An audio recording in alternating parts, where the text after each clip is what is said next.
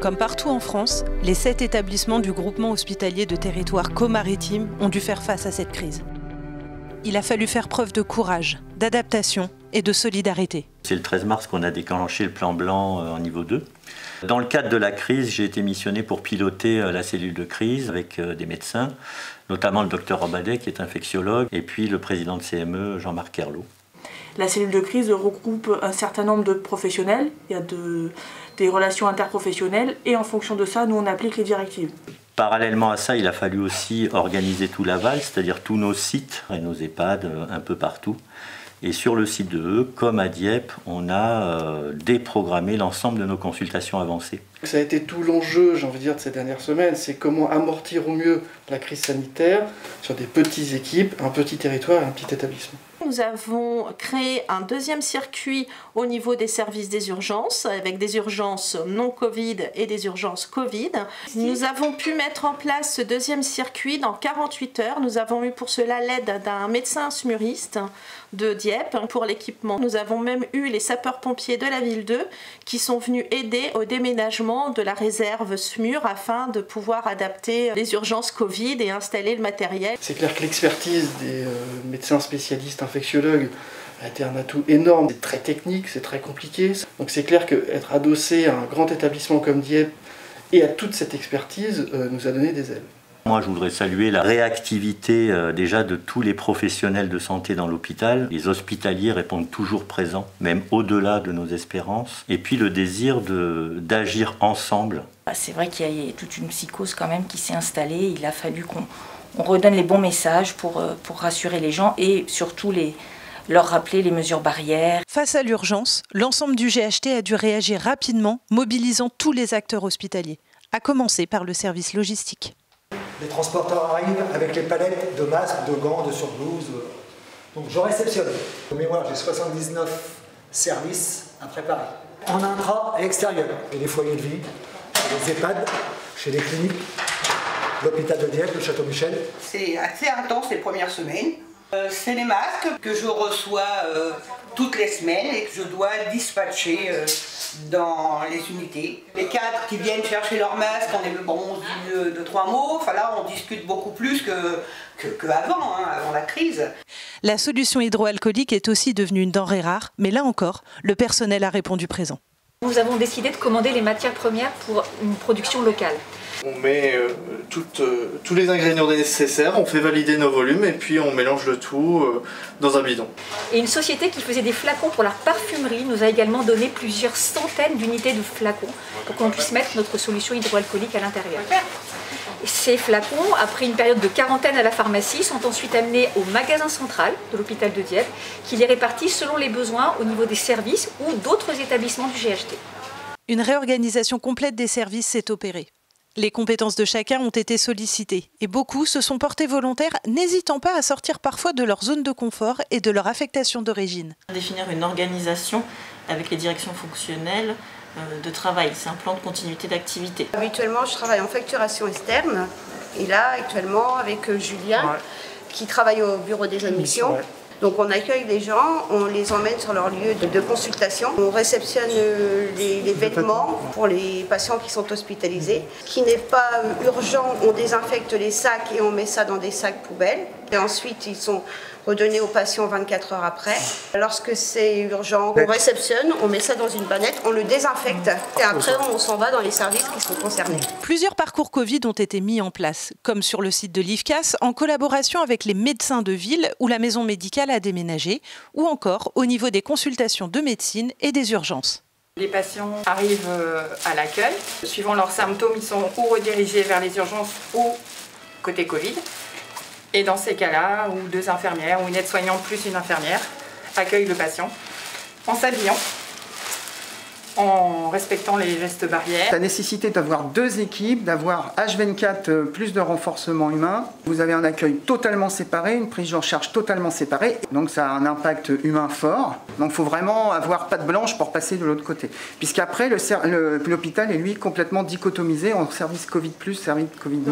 Notre positionnement, c'est d'être pilote des services Covid pour nous, pour le plateau de médecine. Et un travail de lien invisible au quotidien avec les soignants pour les accompagner depuis le début de la crise. crise, parce qu'il y a besoin d'être sur le terrain, d'être dans l'opérationnel, mais il y a aussi besoin d'avoir un certain recul. C'est un partenariat qui se met en place pour la construction, pour la mise en place du Covid et aussi pour la déconstruction. Elle a changé notre organisation, notre façon de travailler. Maintenant, on se retrouve en binôme.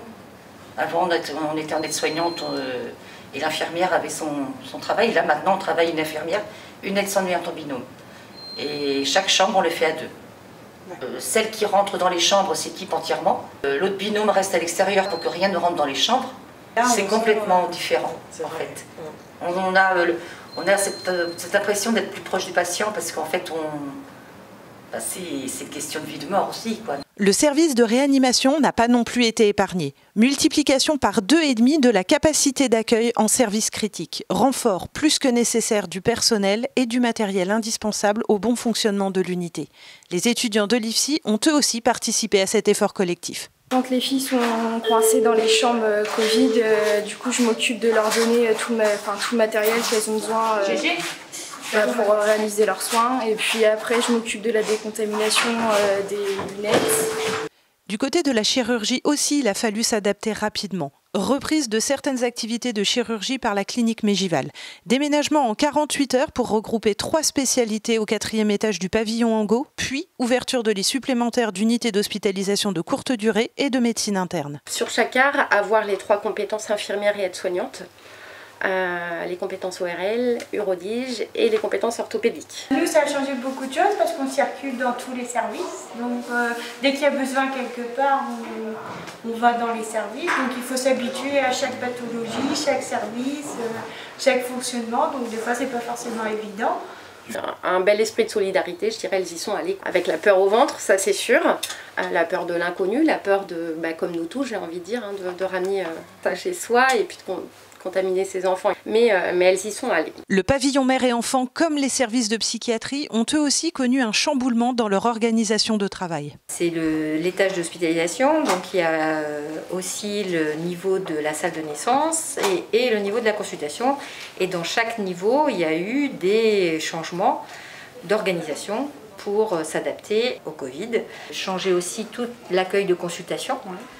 Les pères participent pas du tout aux consultations, mais les sages-femmes libérales font de la préparation à la naissance en téléconsultation, donc c'est elles qui ont pris un petit peu le relais pour ça. En salle de naissance, il a fallu utiliser une pièce uniquement pour des éventuels accouchements de femmes porteuses du virus. Au niveau de l'organisation, ce qui a surtout énormément changé, c'est que les papas ne sont plus présents en fait en suite de couche. Ils peuvent accompagner leurs femmes en salle de naissance et ils quittent leurs femmes et leurs nouveau-nés à partir du moment où ils quittent la salle de naissance. 8 de nos infirmiers qui habituellement travaillent en psychiatrie se sont portés volontaires pour aller travailler dans les unités Covid. On a fait sortir les patients qui étaient en capacité de sortir sous réserve d'une prise en charge en ambulatoire renforcée, ça veut dire utiliser les moyens de télécommunication. Nos personnels infirmiers font des visites à domicile. On a mis en place une écoute psychologique pour les usagers du GHT, avec une ligne directe où il y a toujours un psychologue qui décroche. Sur le bâtiment Winnicott de pédopsychiatrie, on n'a pas eu de rupture de soins. Donc bravo à ces équipes qui se sont investies, qui ont transformé leur manière de travailler. Et je veux aussi remercier vraiment nos patients qui sont hospitalisés, qui respectent toutes les mesures barrières, qui acceptent d'être confinés dans leur chambre, mais qui respectent ce confinement qui est bien plus difficile pour eux que pour nous. L'action du service de santé au travail a aussi pris tout son sens dans la gestion de cette crise. Comme beaucoup de services, l'équipe a eu besoin de renforts pour faire face à l'augmentation d'activité. 2 infirmiers et 2 médecins se sont alors portés volontaires. Le service a dû s'assurer que les 185 agents ayant une pathologie ne soient pas exposés au virus et puissent être repositionnés sur des postes adaptés. Il a fallu également assurer la prise en charge des professionnels contacts de patients Covid+, ou des professionnels symptomatiques et les accompagner au quotidien tout en envisageant leur reprise. Il y a des gens qui sont plus dans l'ombre, mais qui sont des maillons vraiment essentiels à la prise en charge. Comme tout le monde, pour nous ça a été un choc pour lequel on n'était pas tellement préparé. Beaucoup de sollicitations dans tous les corps de métier. On a eu des demandes qui sortent de l'ordinaire, je pense télétravail, de visioconférence, toute la partie téléconsultation. On a totalement changé la méthode de travail. Maintenant nous proposons des plats emportés. Au début, on a eu un certain temps d'adaptation et là, on nous a prêté une operculeuse pour pouvoir proposer les plats chauds. Nous avons plus de préparation le matin, à mettre tout sous film et tout préparer, quoi. Alors, l'ambiance du self, c'est beaucoup plus calme. Pendant le service, il n'y a pas un bruit. Au début, ça faisait du bien, mais là, ça manque beaucoup. Habituellement, je travaille avec une vingtaine de personnes et du jour au lendemain, je me suis retrouvée seule dans ce service et tout de suite, j'ai mis en place un service de téléphone pour que les bénévoles puissent continuer d'accompagner les personnes parce qu'une des plus grandes souffrances, c'est le sentiment de solitude et d'abandon. Des actions à destination du personnel hospitalier ont été mises en place pour aider à la gestion de cette crise. On a mis aussi une ligne spécifique pour les agents du GHT, qui seraient en difficulté par rapport au Covid.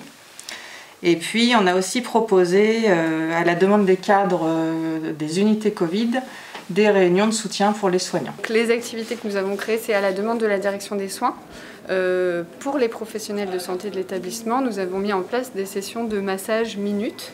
Petit massage court pour que le plus de personnes puissent en bénéficier. Et ça se passe ici, sur le plateau technique de rééducation, et également en réanimation. Nous avons installé une chaise de massage dans le salon des familles, et les massages sont réalisés pour les professionnels de la réanimation. Et on sent vraiment que les gens sont contents quand ils ressortent. Là, c'est vraiment des massages à but de détente. L'ensemble du GHT a pu compter sur la grande solidarité du tissu associatif et de la population locale par le biais de confection de masques et de dons en tout genre. Cette crise aura aussi permis de renforcer le lien ville-hôpital. En lien avec le maire et puis les services techniques de la mairie. Ils sont venus nous aider sur beaucoup de logistique avec une forte réactivité. La mairie, ils s'occupent de réceptionner les dons, donc ils nous ont amené un soutien parce qu'on prenait des vagues de gens qui nous amenaient des choses comme ça et donc on a réussi à organiser ça avec eux. Ça a créé des liens outre l'hôpital, quoi. Si vous aviez un mot pour résumer ce que vous êtes en train de vivre actuellement, que diriez-vous ? Le mot qui me vient, c'est solidarité. Je pense qu'au sein de l'établissement, il y a eu un élan quand même assez fort de gens qui ont cherché à bien faire ensemble. Nouveauté. C'est nouveau, donc on tâtonne un petit peu. Après, on prend au fur et à mesure nos repères et notre façon de travailler évolue au jour le jour. Une grande adaptabilité et que finalement on peut faire plein de choses avec la détermination et cet engagement assez profond, je dois dire, que j'ai constaté dans cette crise sans précédent. Équipe, bravo pour ce qu'elles font. Un grand merci pour leur accueil, ça c'est évident. Reconnaître et en tant que professionnel et l'autre, l'être humain, voilà, parce qu'il y avait quand même une dimension humaine très importante dans ces difficultés au quotidien. Merci vraiment pour toute l'implication qu'ils ont pu avoir depuis le début, parce qu'il y a eu une action-réaction vraiment très rapide de tout le monde. Évolution, on a fait changer un petit peu les choses. Pendant le confinement, il y a eu beaucoup de solidarité, beaucoup d'entreprises qui ont donné. Je leur dirais merci de leur adaptabilité, de leur professionnalisme et de leur patience. C'était quelque chose d'exceptionnel. C'est s'adapter. Malgré nos craintes, avec nos faiblesses, avec nos compétences, du coup, et s'adapter au mieux pour que les patients soient pris en charge au mieux, finalement. Véritablement une chaîne humaine. Je trouve que ça a remis un peu d'humanité dans nos relations entre nous. Perturbant. La polyvalence des praticiens, la polyvalence des paramédics, les compétences qu'on a appris à avoir, il faut peut-être les conserver. Un grand bouleversement, mais qui a mis en évidence beaucoup de cœur et de compétences dans cet hôpital. C'est ce lien avec les secrétaires. Le fait de partager ensemble dans un même lieu nos contraintes, ça permet de réfléchir ensemble, quoi. Cette sensibilisation aux problématiques des autres. Je connais tes problématiques, qu'est-ce que je peux faire pour t'aider ? Au jour le jour, vivre au jour le jour. Naviguer à vue. On découvre ce virus, on le découvre, on découvre au jour le jour toutes les conséquences que ça peut avoir et nous, toutes les incidences que ça peut avoir dans la formation. Unique. Unique, oui, jamais vu.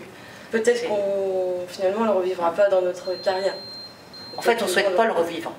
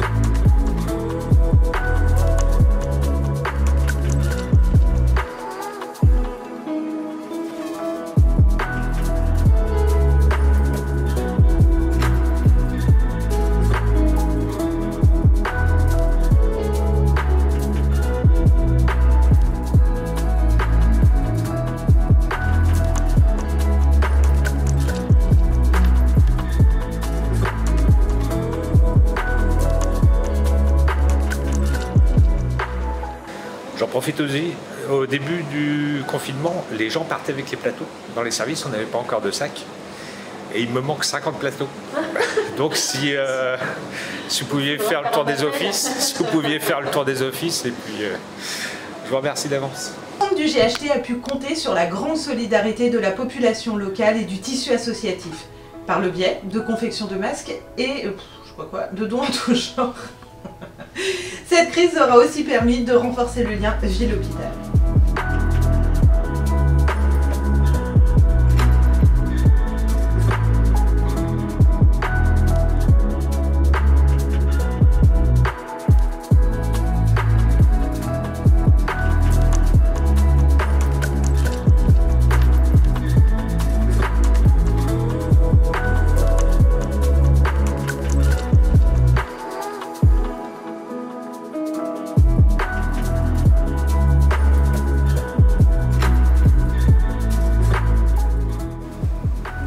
Merci à tous ceux qui nous soutiennent. Et à tous les patients quand ils partent qui nous disent merci. Tous les patients, on a des petits mots gentils qui sont des retours, personnes qui nous remercient, ça fait plaisir. Ça fait plaisir.